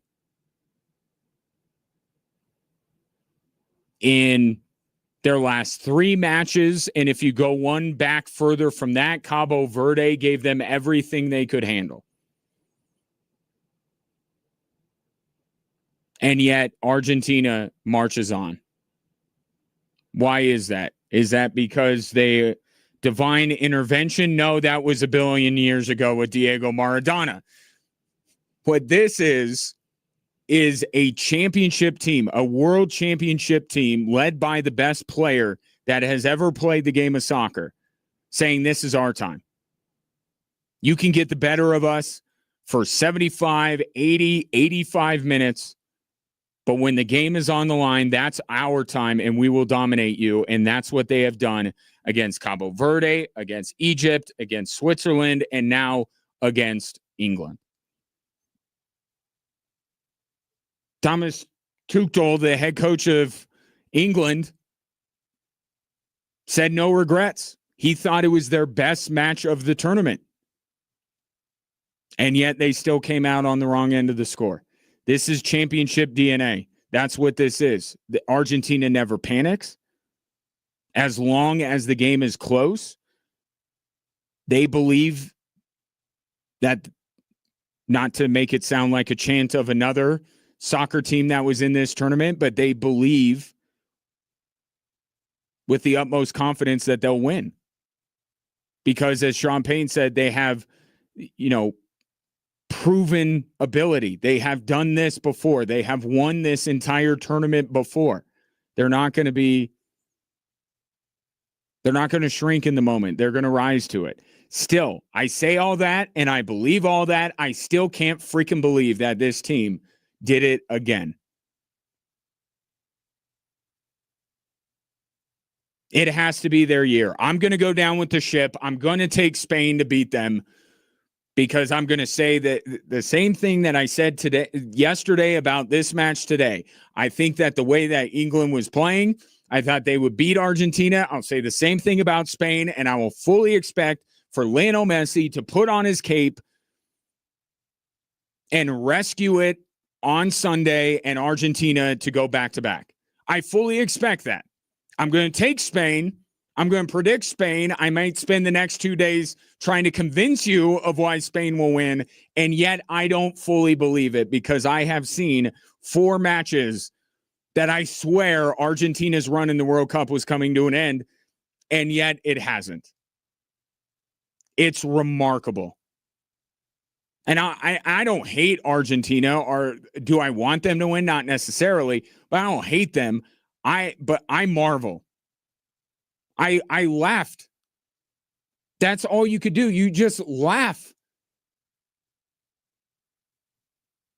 at Argentina being on the mat, having their backs against the wall time and time again, and still finding a way out of it. It's crazy. And it has been an absolute spectacle to watch them. And by the way, if you didn't watch the match today, not only because of the finish, but my God, the emotion was pouring out of the screen. If you knew the history between these two teams, you know that there's a little something, but man, it was palpable. We're on the complete other side of the country than Atlanta, and I could feel it. That was an intense soccer match, and had as good of a finish as we have seen in this tournament. They just keep doing this. A salute, bow, golf clap, whatever it is, just Argentina, man. Remarkable. 2-1. They beat England, and it will be Argentina and Spain coming up on Sunday. Let's get to gridiron football for story number 2.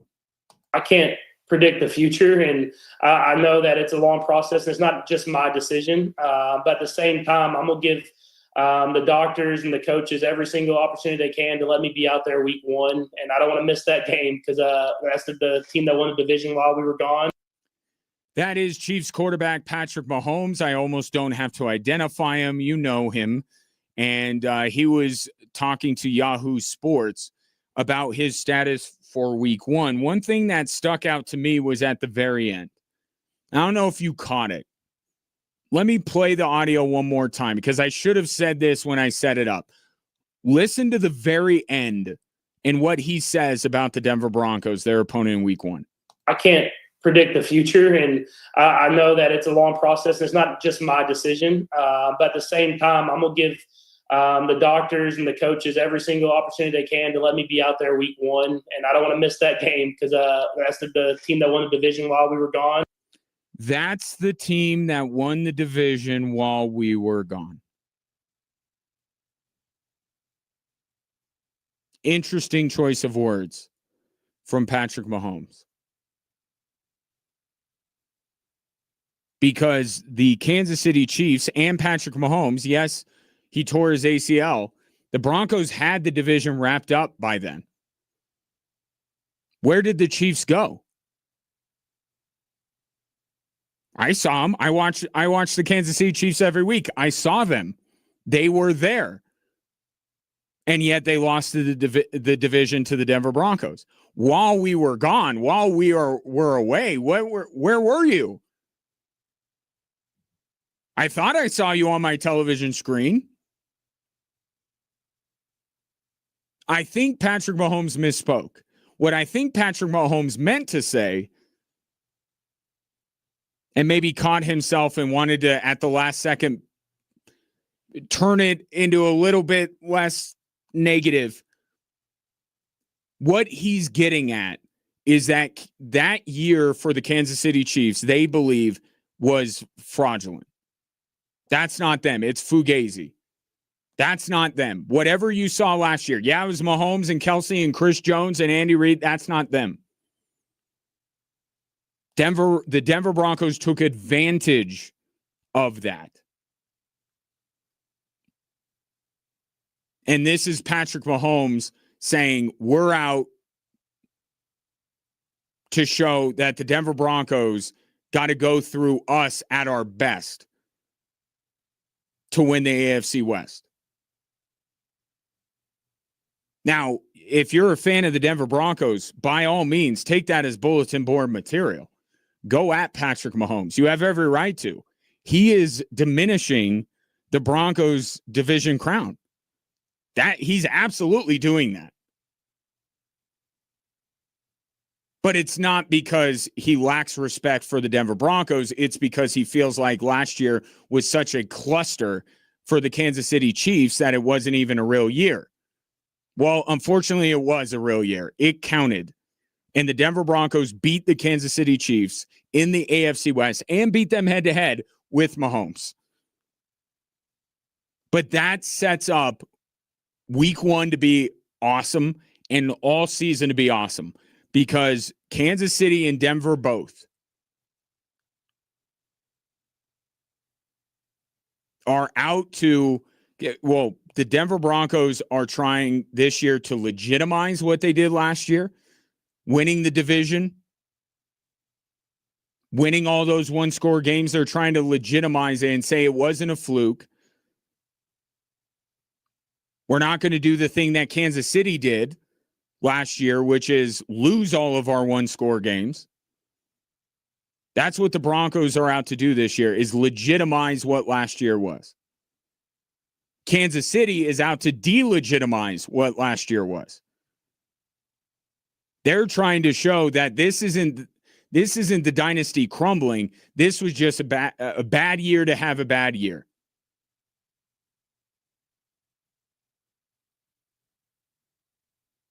And I do think Denver will come back down a little bit, and I think Kansas City will bounce back a little bit, and I think we're going to get two teams that are on pretty equal footing, which should make for an entertaining battle in the AFC West, not only week one, but all season long. But that is Patrick Mahomes telling Yahoo Sports, last year didn't count. That's not us. This year will be us. Hang it somewhere in the Broncos facility. You have every right to. Can week one get here already? That's my question. I need week one to get here because I got to listen to this guy if the NFL doesn't come back anytime soon. The purpose of the system is ultimately to create competition throughout the league. And from that standpoint, I think the system's working incredibly well. The goal isn't necessarily to have a different champion every year, but we've had 8 different champions over the last 8 years. The most out-of-touch commissioner in all of sport, Adam Silver. There is not a commissioner in the league or in sport that is more, what he is doing is more out of touch with what fans want than Adam Silver. He is not the people's commissioner. He is very much the owner's commissioner. And I guess it's worthwhile every once in a while to be reminded who the commissioners work for. But that's him talking about the second apron and delighting in the fact that they've had 8 different champions and delighted in the fact that we have seen 2 of the dumbest trades in the history of basketball in the span of 2 years with Luka going to the LA Lakers and Jaylen Brown going to the Boston Celtics. How can this be good for the league? That teams are being penalized for doing things right. That's what the NBA is doing. Nuggets built up their team the right way. Boston built up their team the right way. Golden State built their team the right way. Not when they got Kevin Durant, but when they won before KD and then when they won after KD. That was building the right way. Although KD was a free agent. I mean, he didn't orchestrate a trade. Anyway, I'll leave that there. Any of these teams, Oklahoma City, built themselves up. Now they're just shedding players. You just got to get rid of them. You drafted them. You developed them. You can't keep them. They got to go to some other team. Whatever the opposite of a meritocracy is, that's what the NBA has become. The teams that do it the right way and are successful at it are being punished. And Adam Silver is delighting in this. So that is a little tone deaf when you're speaking to fans. But I'll tie this in with Adam Silver's comments because he also talked about the Kawhi Leonard investigation. And where I feel like he's not only is he disconnected from the average fan and does not prioritize the things that fans prioritize or care about the things that fans care about. He cares about other things that owners care about, like basically having a hard salary cap. But if this system is so important to you, if leveling the playing field is so important to you, then why are you allowing the Kawhi Leonard investigation to get into month 11? The Clippers are being accused of circumventing the salary cap, cheating, not unleveling the playing field. And the NBA is taking 11 months to figure out what's going on here?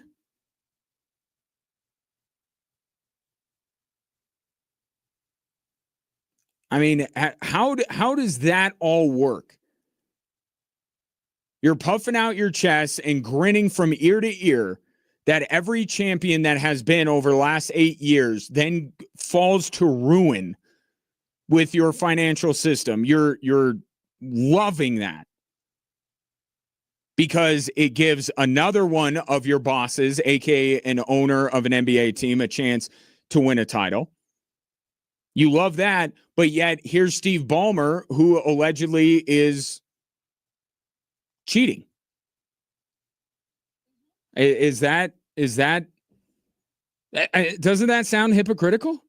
Shouldn't this be the highest of NBA crimes if they're putting so much emphasis on parity and leveling the playing field? This is a high basketball crime that the Clippers are being accused of. And in 11 months, they can't get around to figuring out what happened?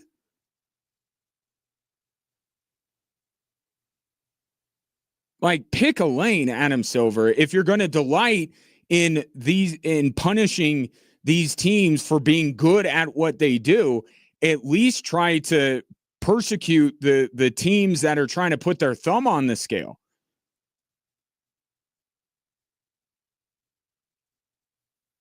And once they do finally get around to releasing their findings, they need to throw the absolute book at the Clippers. Kawhi Leonard's contract needs to be null and void. He needs to become a free agent into a league that has no money. That feels like a fair punishment for Kawhi Leonard's part in this. You don't get to keep your $50 million going back to Toronto. You're going to become a free agent, and guess what? Nobody has any money. LeBron James can't even ask for the max because nobody has it. So that would be a fitting punishment for him And then the Clippers should lose draft picks. They should be fined. They need to come down on Kawhi Leonard and the Clippers for this. Because it's clear that the finances and the salary cap structure is the most important thing in the NBA. Act like it. 719-247-1313. Take your thoughts on the three stories that are driving the show. That's what's important in the sports world today. How about what's important in the financial world? And for that, turn to my friend Rick Stevens of FRS Financial Group. It's our daily market report, but we like to give it a fancy name. We call it the RBG report because it's Rick's best guess. Rick Stevens, what have you got for us today? Well, today, Ryan, we have more companies reporting their earnings, with Morgan Stanley, BlackRock, Elevance Health, M&T Bank, PNC Bank, Community Trust, and others coming out today. Those guys so far have been the big winners, showing up with somewhere in the ballpark of 10% above expectations. Because of that, markets have reacted very positively today. We also got some pretty good data from the Producer Price Index falling, which means we should continue to see the Fed hold. This is your RBG report for today. Thanks, Rick. That's Rick Stevens of FRS Financial Group right here in Colorado Springs. Start planning your future today at FRSFinancialGroup.com. Coming up next, the NHL schedule is out. Who do the Avalanche open with? And don't forget, it's going to be a different season than ones past. I'll explain next on 740 KBOR and Extra Sports 1300.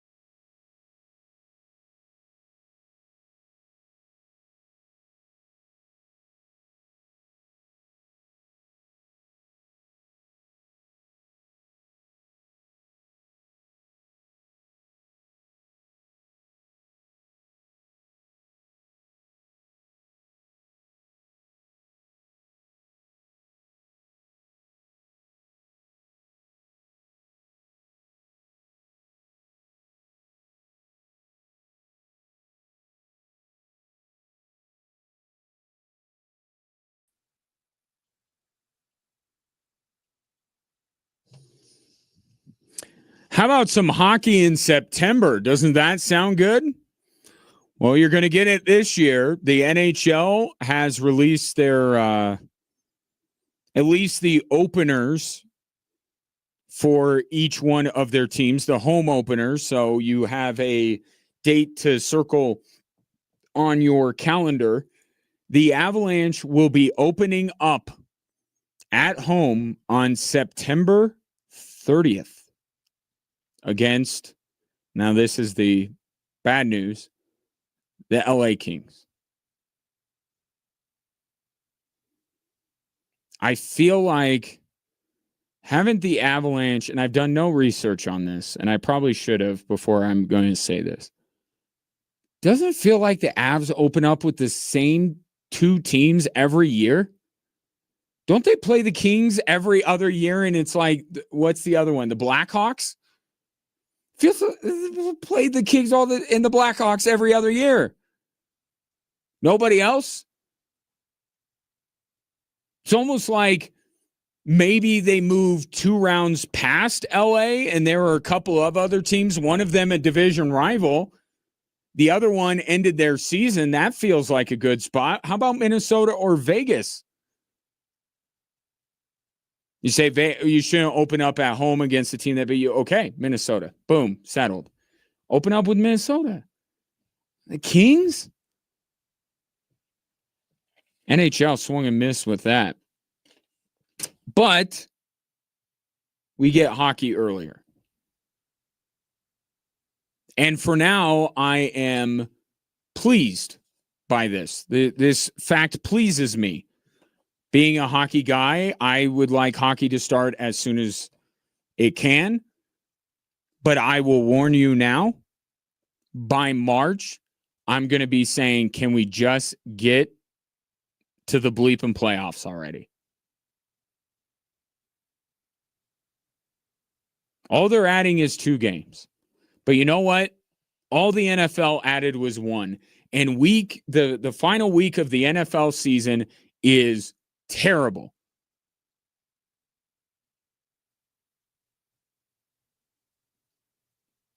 So I am being a little hypocritical because I do want the season to start sooner just because I want the season to start sooner. I want hockey back sooner, but I don't agree with them adding 2 more games to the schedule. What is the point of this? And I know the answer is money, but really, what's the point? Why are we doing this?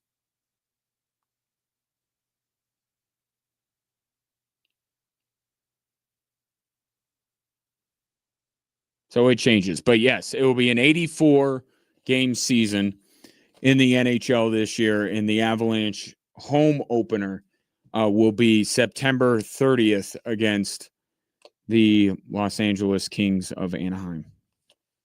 I guess I can't make that joke because there's actually a team in Anaheim. But that's who they're going to start with. And 80 will have 84 games. These seasons are too long. Like I love sports, but you got to miss it. Got to be allowed to miss it a little bit. And with these seasons expanding and going longer, you have less of a chance to really miss the season. Because you wake up one day and you're like, the NHL is releasing their schedule, and I can still remember the conversations you and I had about the Carolina Hurricanes winning the Stanley Cup. Like, it didn't feel like that long ago, nor does the start of this NHL season. But because hockey's probably at the top of my list of favorite sports, I'm okay with it, but I will quickly sour once we get into the dog days of the season and saying we got 2 extra games to decide what exactly, to do what exactly. But hockey's fast approaching, and that's always a good thing. Are the Avalanche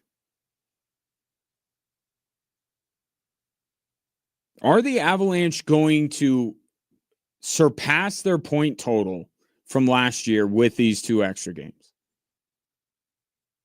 So last year, most points in team history, won the President's Trophy. They got 2 more games this year. Will the Avalanche top it?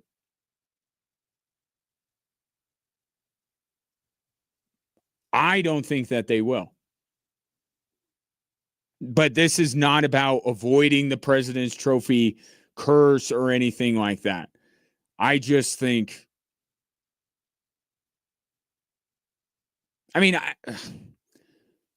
I can't look at them and say that they're definitely worse than they were a year ago. The production that Valeri Nichushkin had last year versus what Jane Schwartz brings in is that I think Nichushkin is a better player than Jaden Schwartz, but the production, again, from Val wasn't great last year. So are the Avalanche losing a ton by essentially making that change? You lose Jack Drury. So I guess you can say that they are. You can. Maybe not. It's not as blatantly obvious as with the Denver Nuggets, but with the Avalanche, they're definitely not as good as they were on paper from last year. You lose Jack Drury. You trade Valeri Nichushkin. Plus, are they going to get the level of goaltending that they got last year? Like, Scott Wedgwood was screwed out of the being a finalist for the Vezina Trophy. Is Mackenzie Blackwood or Scott Wedgwood going to play at that level this year? I'll tell you this. If the Avalanche circle back around and get Connor Hellebuck, then maybe they can surpass. They're a little bit worse of a hockey team. Not enough to profoundly change your perspective on what this season's going to be. They're still one of the, and that's the difference too between the Avs and the Nuggets while I'm on the topic. Like, who's getting better? Florida got better. They're on the other side of the bracket. Philadelphia got better in the NBA. They're on the other side of the bracket.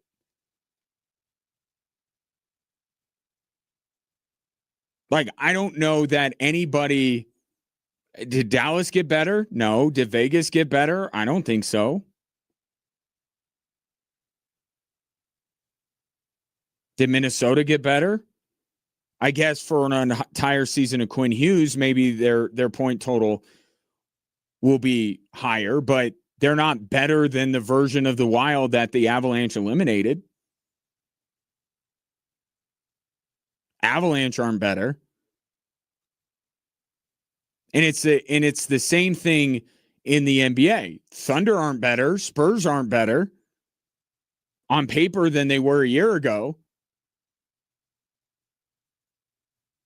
But the difference is the gap between, and I know that it ended in a sweep, but the gap between the Avs and let's just give Vegas their due and say Vegas as the returning Western Conference champions is less than the gap between the Nuggets and the Thunder and Spurs.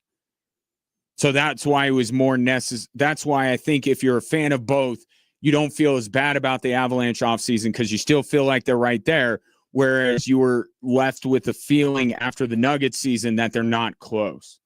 And you know what also made you feel like they're not close? Nikola Jokic saying multiple times that they're not close. So that also probably impacted the way you viewed it. I think that the Avs are still right there. I don't know right now that they're the team to beat. And I don't think that even with 2 extra games, are they going to improve on their point total from last year. But it's running it back. I think the Mike Babcock thing is going to blow up in Edmonton's face. I really do. Is it going to be the regular season? Is it going to be playoffs? I don't know. It's not going to work out. So I can't be all in again on Edmonton and think that they're in that group, but I know from a talent perspective they are. I just think they got too desperate, took a swing they shouldn't have, and it's going to negatively impact them. Vegas is still really good. Dallas is still really good. and Minnesota.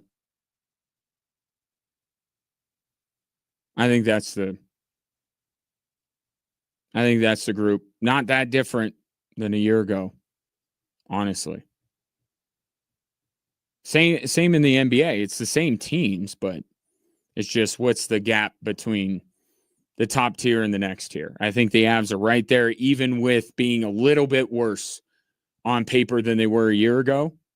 I still think they're right there with the Nuggets being worse on paper than they were a year ago. That just means to me that the gap has widened between them and the Thunder and Spurs of the world. But the Nuggets know how they can change that. One move, one guy. Won't say who, because we've gone. No, I lie. I think I mentioned his name in passing early on in the show. Dang it.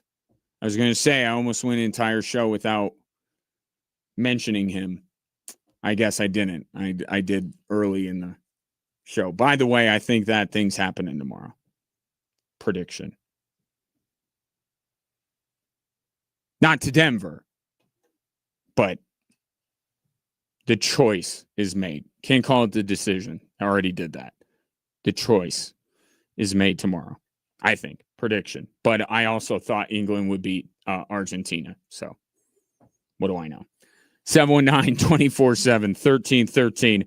Coming up next, if you thought it was bad when CU retired the numbers of Travis Hunter and Shedeur Sanders, oh boy, wait till you hear what they did at SMU.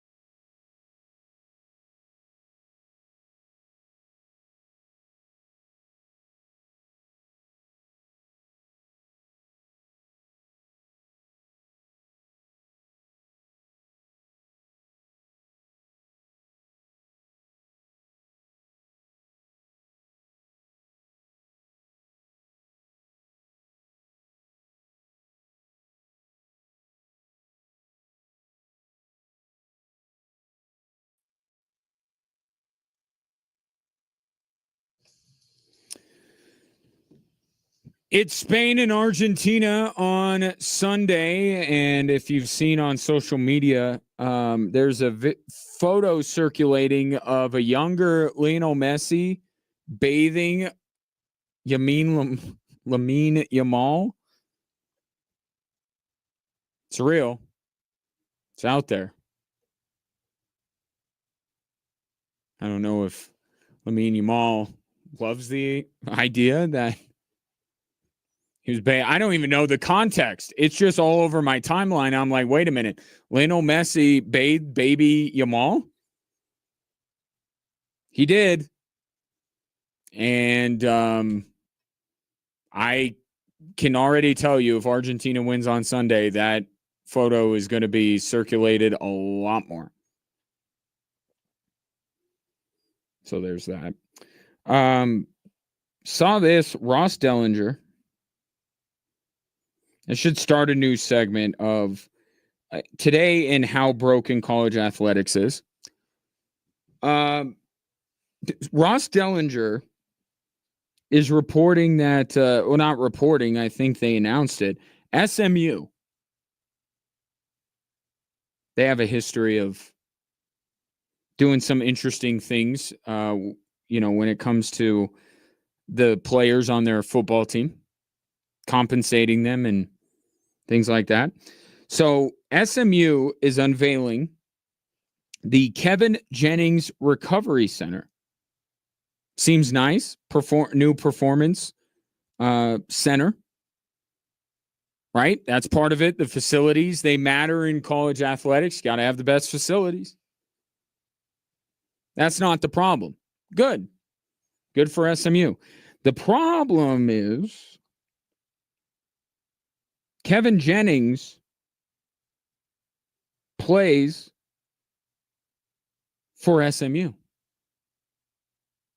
Now, imagine having a building named after you while you are at that college.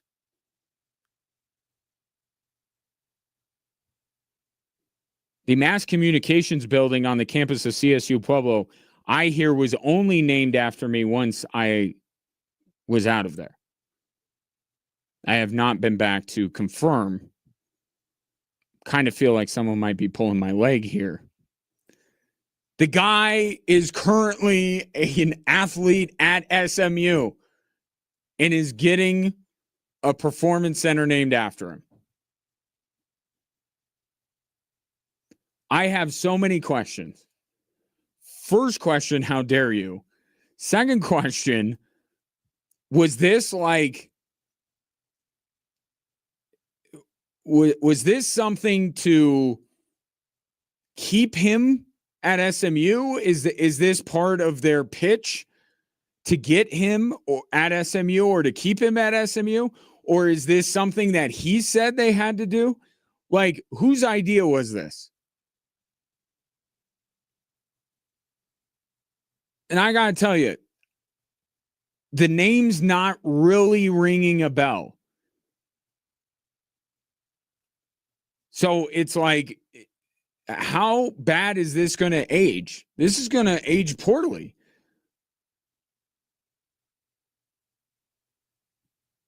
I don't know that I've heard of the guy, but I know he's a current player at SMU. Getting a performance center on campus named after him. This is bad on SMU. But I kind of love it for this guy because, boy, or do you not feel like you are, we talk about big man on campus. I mean, it doesn't get any bigger than look at that. And it's not even that he's like a legacy. You probably went to college with one of these people. Like my dad, my uncle, my grandfather, my grandmother, my mother, whatever it is. My surname is on that building because I'm a legacy at this institution. Okay? Those people are insufferable enough. Can you imagine if it's actually the person's name? Like, trust me, if there was a building on the university campus that was the Kaufman building and it was, my father or my grandfather or somebody related to me, I would be annoying. And I'd be using it when I was in college to get dates with women. If it was my name, it'd be even worse. So I kind of like it for this guy, but SMU, what are you doing? This is where we're at now. This is what we're doing. We are naming buildings on college campuses after players who are enrolled at the school currently.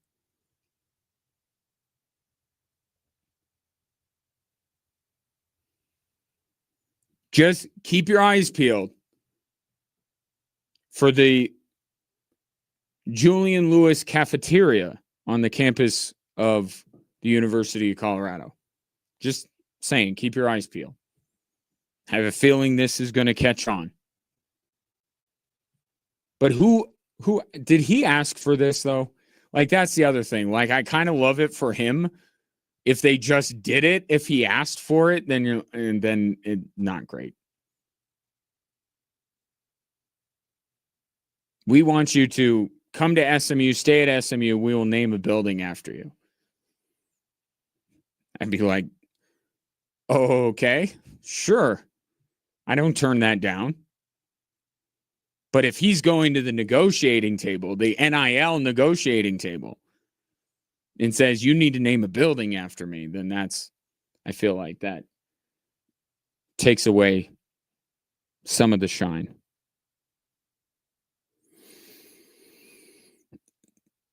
Every day that goes by in college athletics, we are entering uncharted territory.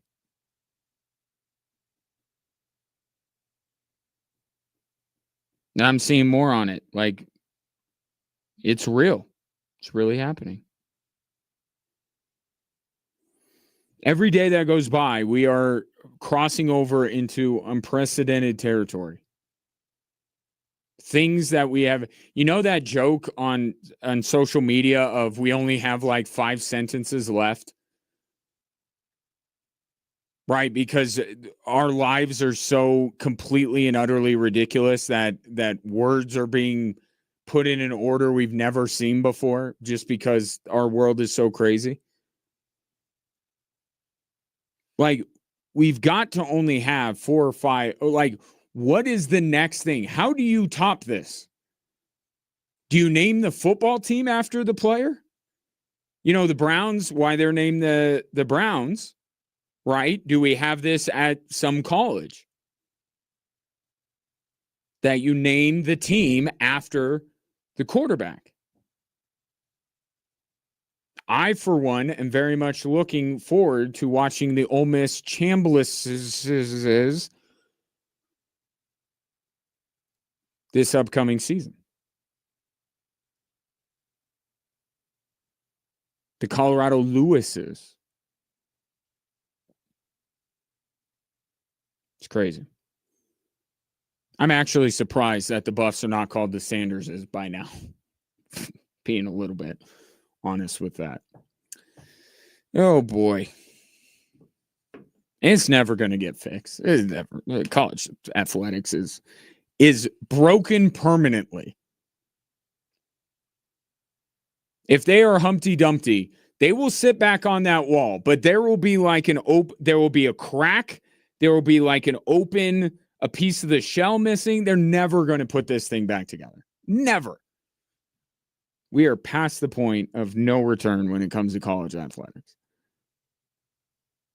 So you just got to decide whether you can deal with what it is.